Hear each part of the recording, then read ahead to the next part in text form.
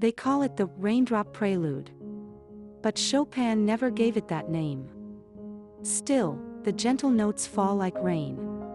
Soft and steady, peaceful and clear. Then a storm rises in the middle. Dark chords echo with longing.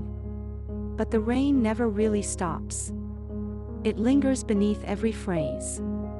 It's music born in solitude. A quiet reflection of the soul.